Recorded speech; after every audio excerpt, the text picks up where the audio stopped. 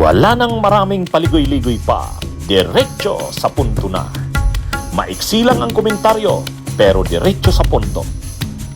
Maraming kuro-kuro, may tiwali, may totoo. Dito, sa puntong diretso tayo. Punto diretso.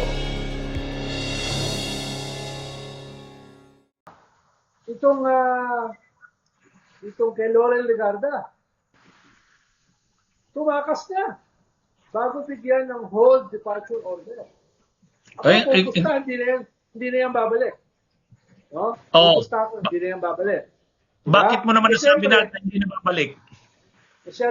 Kahit isang araw, hindi na i-release na makulong siya.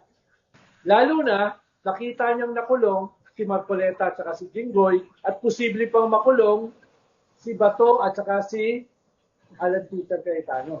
Ibig sabihin, ang tingin niya, seryoso ito. Seryoso ito. Diba? Tingin mo, si Lorna at saka yung anak niya, i-release na makulong sila kahit isang araw lang? Hindi. Pero Nald, si Ombudsman Buying, sabi niya, sa tingin niya babalik kasi hindi kaya ni Loren magtago. Kasi kung ano daw, babalik, papauwi niya dito nakapusas. Pero ang choice kasi diyan, magtago o makulong. Kung ikaw si Loren, ang choice mo, magtago o makulong? Anong pipiliin mo? Masarap magtago sa Europe. Hanggang ngayon na, nandun si Saldico at si Harry Roque. Diba? Masarap magtago ro kaya sa preso. At imagine mo yung imahe mo pag ikaw ay nakahawak ng mga prison bars. Diba? Pupusta ako, attorney, hindi yan babalik. Kahit sinabi ni Ombudsman, pag hindi sila bumalik, ipoposas ko sila. Paano mo ba ipoposas kung hindi babalik? Talagang ikaw yung narinig ko na nagsasabing hindi babalik eh. Pupustahan nga kami kanina ni Attorney Howie Calleja eh. Sabi ko, yung bank account niya, laban sa bank account ko. Pustahan kami, hindi babalik. Nagdalawang isip siya eh. Hindi, ako rin, Nal. Ako rin. Pwede ba daw i-withdraw muna yung laman ng kanyang bank account bago daw niya ipusta? Pero ako, ganun din ang pananaw ko, Nal, eh. Hindi ko maisip na hindi siya babalik kasi siyempre hindi yan sanay magtago si Loren. Mahirap din magtago. Parang ganun yung ko na at saka baka ang tingin niya mag-hire na lang siya ng magagaling na lawyer o na haharapin niya ito. Parang ang gagawin niya ngayon doon magma-map out silang mag-ina ng kanilang strategy. Tapos babalik din. Para katulad ng pagtingin ni Ombudsman Buying, pero ikaw, iba ang pananaw mo Talagang para sa Di babalik yan. Yung kanyang sick leave, August 3 to August 5 eh. August 8 na eh. August 8 na. Yung sick leave niya. At saka, kalagitnaan ng impeachment trial, umalis siya, absent siya ng 1 linggo, 3 araw. Tapos sa kalagitnaan ng sasampahan siya ng kaso ng plunder, umalis siya. Ano bang ibig sabihin ng flight? Di ba ang ibig sabihin ng flight? Guilt? Di ba? Hindi siya nagpaalam sa Senate President. Di ba? Hindi siya nagsabi sa korte, nakakasuhan siya ng plunder. Para sa akin, malinaw yan, ibig sabihin yan, flight. Pero kung siya ay babalik, willing akong lunukin lahat ng aking sinabi. Kahit mabulunan ako. Willing ako nalunukin. Kung siya ay babalik. No? Kung siya ay babalik, masaya na rin ako. Pero ang tingin ko, hindi na yan babalik. Pakita na, nakulong yung pinaka-matigas sa Senado. Si Marcoleta. Nakikita niya na malapit nang makulong yung pinakamaingay sa Senado na online seller. At yung pinakamatigas sa Senado, nagtatago hanggang ngayon.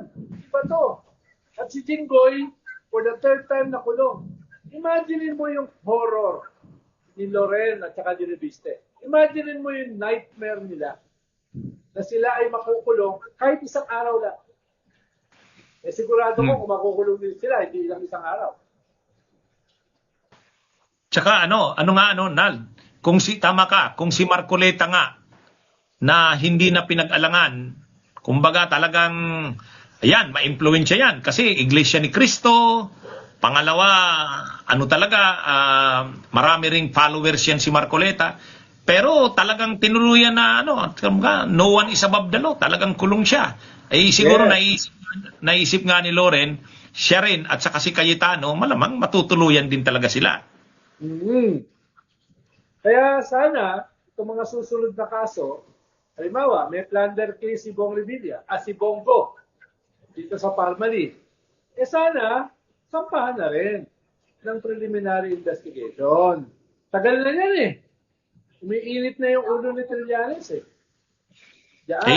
Diba? Sabi nga ni dating Senador Sani Trillanes, malamang kasi mayroong parking fee dyan sa mayroong pang nababayaran dyan ng mga staff sa ombudsman eh. Parking fee, ibig sabihin yung mga nakasampang kasong ganyan. Inaano lang muna, pinakapark. Inuupuan. Oo. Nald, pero itong kay ano naman tingin mo dito kay Paras? Parang natatakot na rin si Paras dito sa qualified human trafficking, dito sa tanim itong honey trap. Ano tingin mo? Dapat matakot siya. No? Dahil sabi ko nga lagi, don't throw rocks at others' houses if you live in a glass house. Yan yung mga classic na glass houses. No? Ang daling hanapan ang kaso niyan. Ni Jing Paras. Hindi ang ganun kalinis. Kaya kayang hanapan niya ng kaso.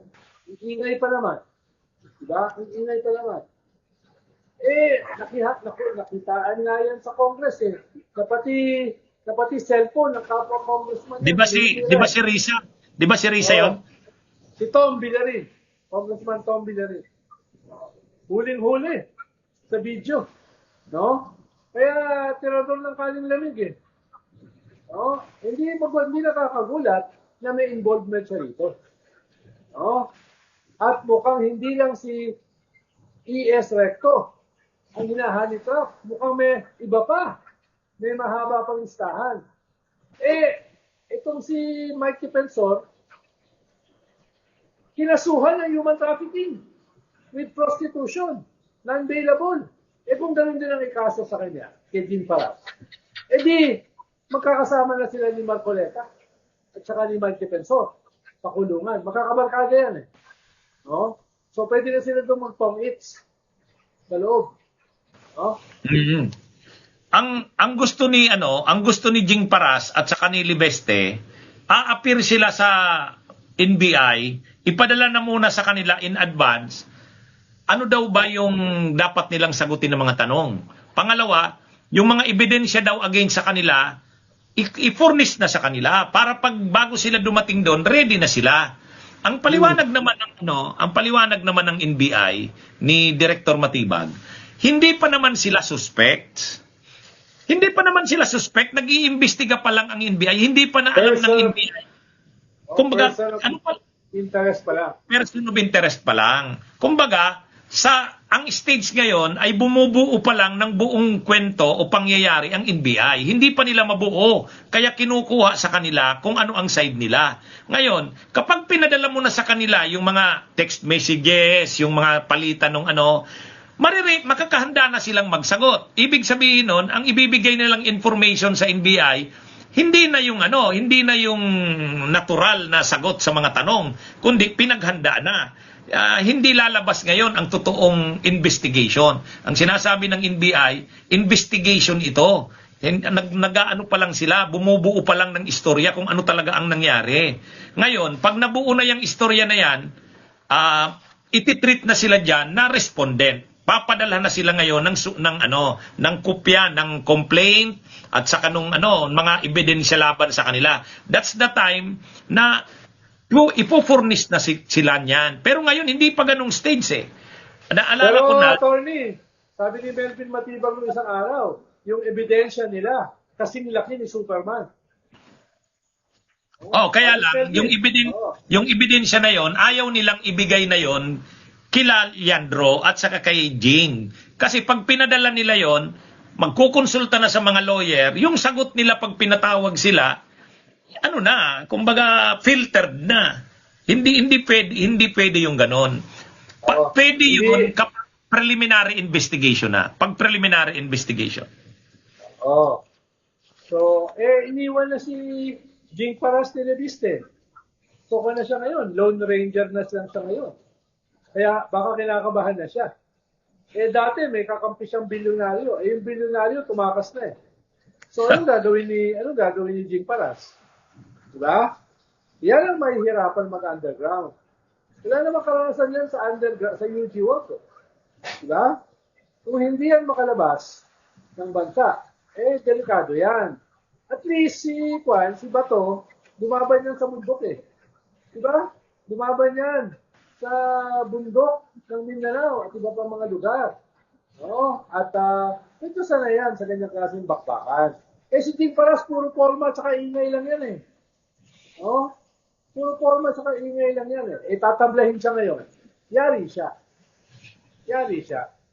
No? Oo, sunod-sunod ang mauubos yata. Yung mga nag-o-organize ng mga activities ng DDS, di ba? Ang mga nag-o-organize ng Raids Coalition. Yan, si Mike Defensor, o yan. Sila, ngayon, yes. Bunyog, halikan na kasama ka. Bunyog, kapag buklod ay may pag-asa. Luzon, Visayas, Mindanao, isa ang pananaw. Sa bagong Pilipinas ang bunyog isisigaw. Bunyog.